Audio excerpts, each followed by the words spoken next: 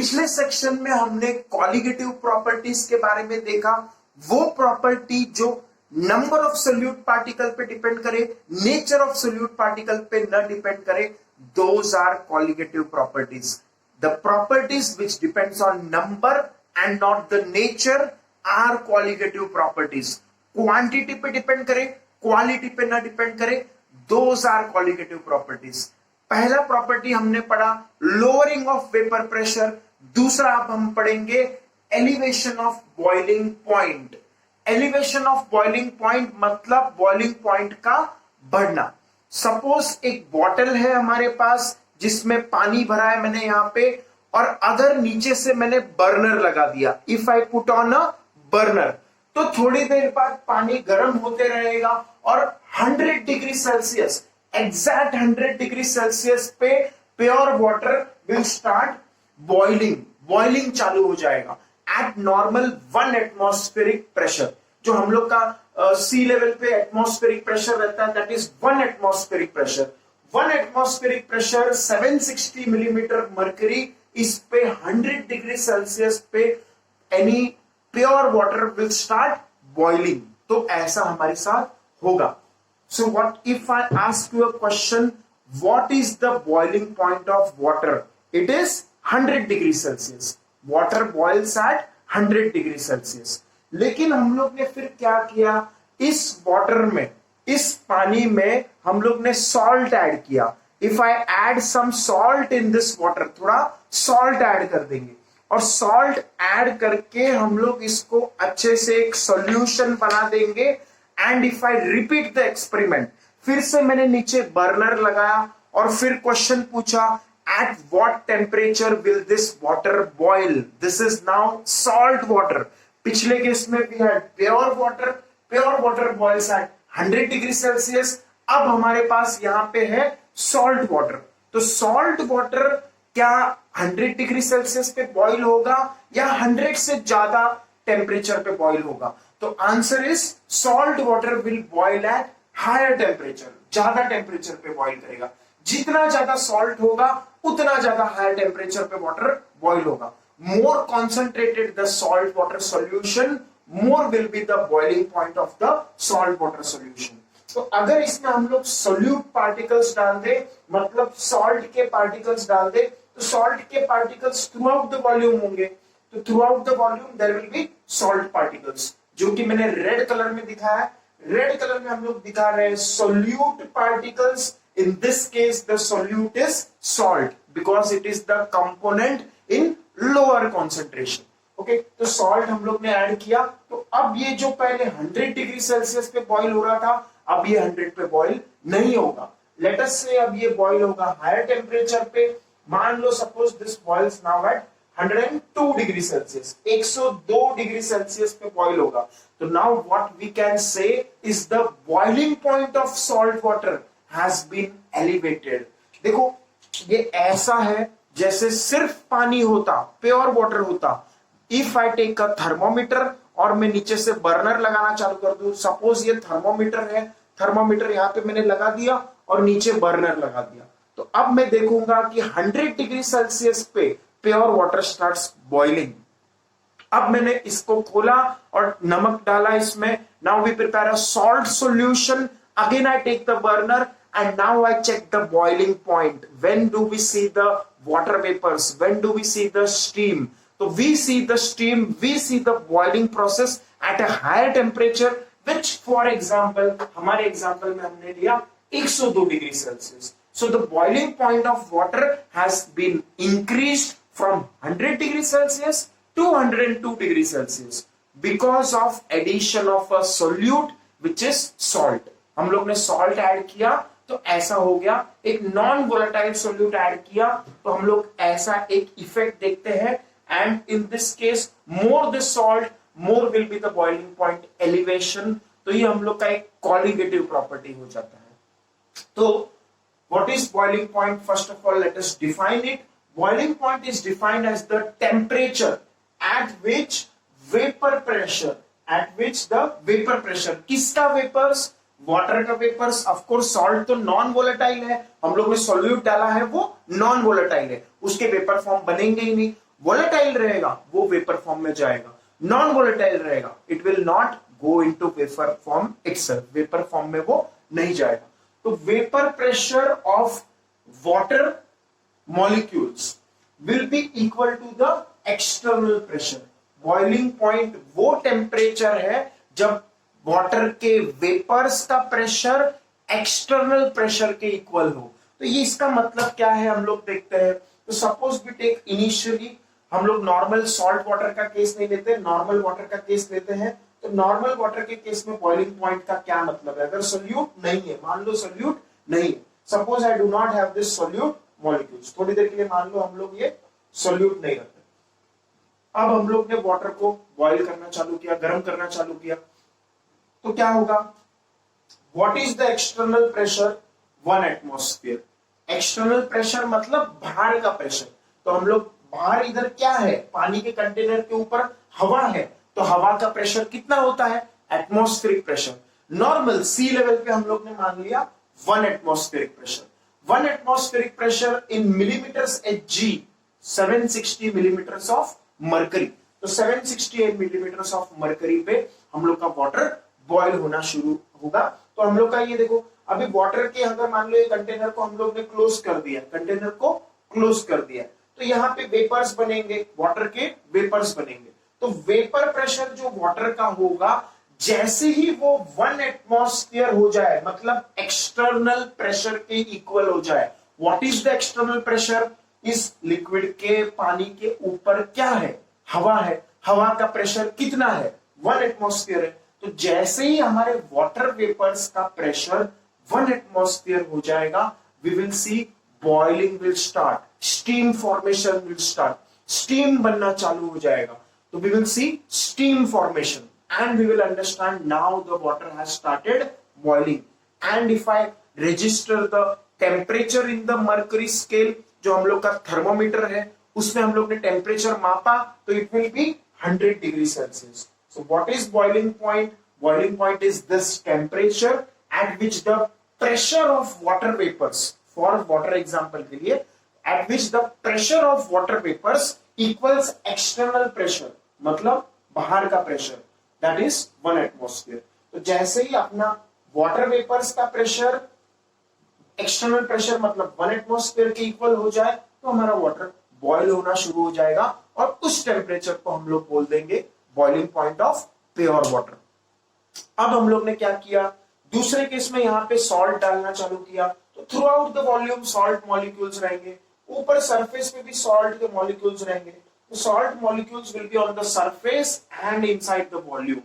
अब उसके कारण क्या होगा कि हम लोग का जो वाटर मॉलिक्यूल्स, ये वाटर मॉलिक्यूल्स जो है बीच बीच में देखो, बीच बीच में ये सॉल्ट के मॉलिक्यूल्स है, बीच बीच में भी have salt molecules. Through out the volume we will have salt molecules. तो अब जो वाटर के मॉलिक्यूल्स है वो ऊपर इजीली वेपर फॉर्म में नहीं जा सकते, बीच में ऑब्स्टेकल्स आएगा, बीच में ऑब्स्ट्रक्शन आएगा, बीच में रुकावट आएगा in the form of this solute molecules. ये सोल्यूट मॉलिक्यूल्स वाटर को वेपराइज होने इजीली नहीं देंगे, उसके सरफेस पे भी सोल्यूट पार्टिकल्स हैं और वो वेपर फॉर्म बनने में थोड़ा मुश्किल होगा। तो इसीलिए अब वेपर प्रेशर कम हो जाएगा।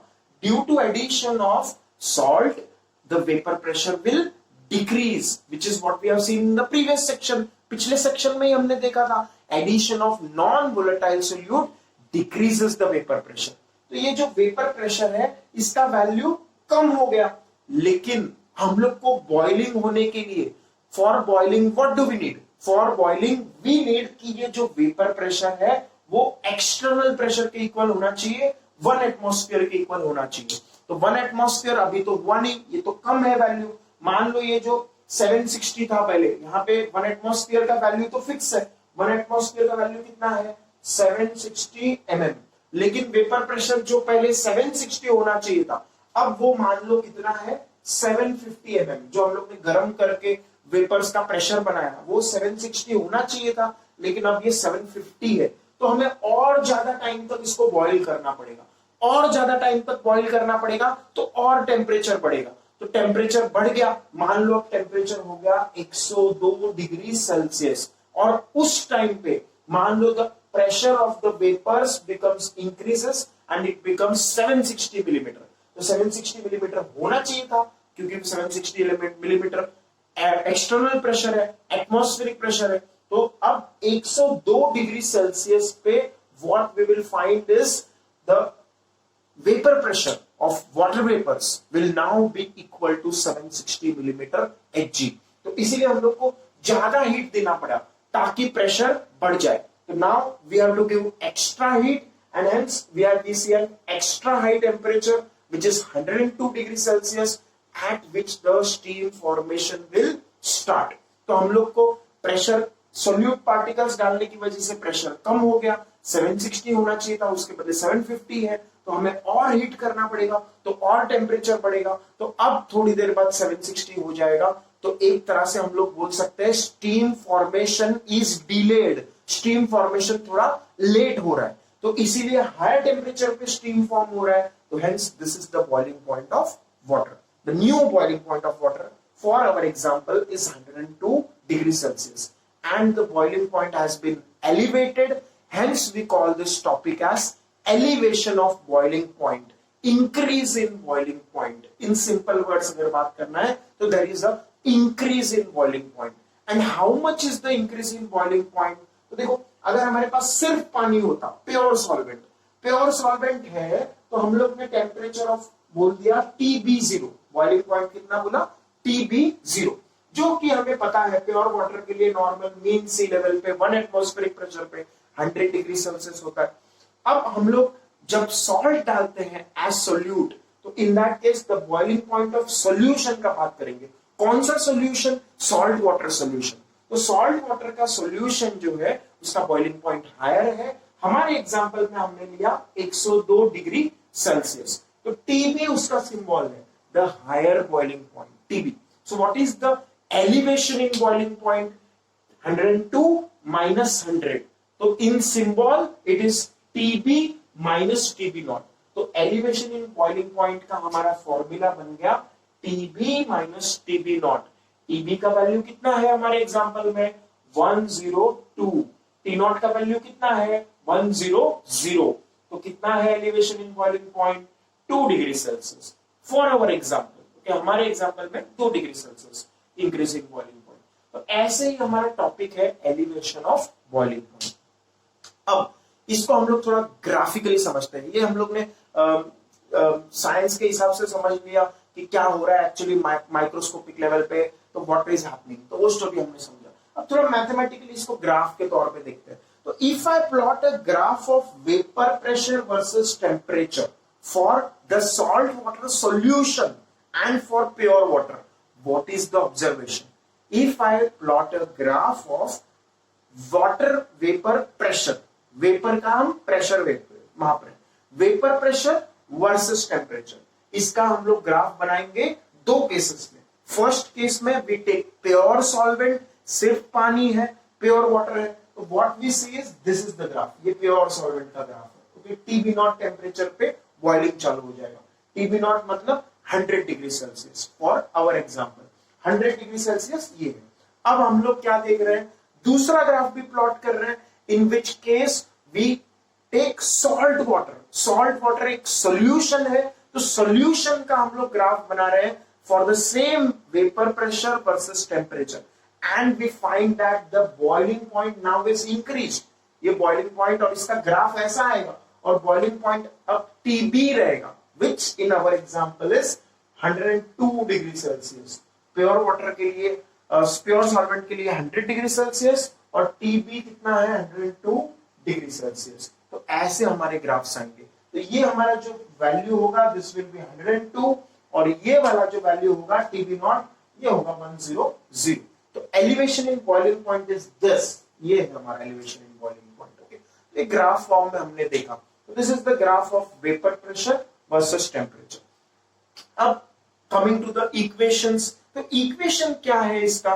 तो इक्वेशन देखो, जितना सॉल्ट हम पानी में डालते जाएंगे, ये देखो अगर मैं और सॉल्ट डालूं तो until the solution become saturated, तो हम लोग का क्या होते जाएगा, बॉइलिंग पॉइंट इंक्रीज होते जाएगा। थोड़ा सॉल्ट डाला 100 के बदले 101 पे बॉइल होना चालू हुआ, और सॉल्ट डाला, 100 के बदले 102 पे बॉयल होना चालू हुआ। तो ऐसा हमारा ऑब्जर्वेशन है। More the concentration of the solution, मतलब कौन सा सॉल्यूशन? सॉल्ट वाटर वाला सॉल्यूशन।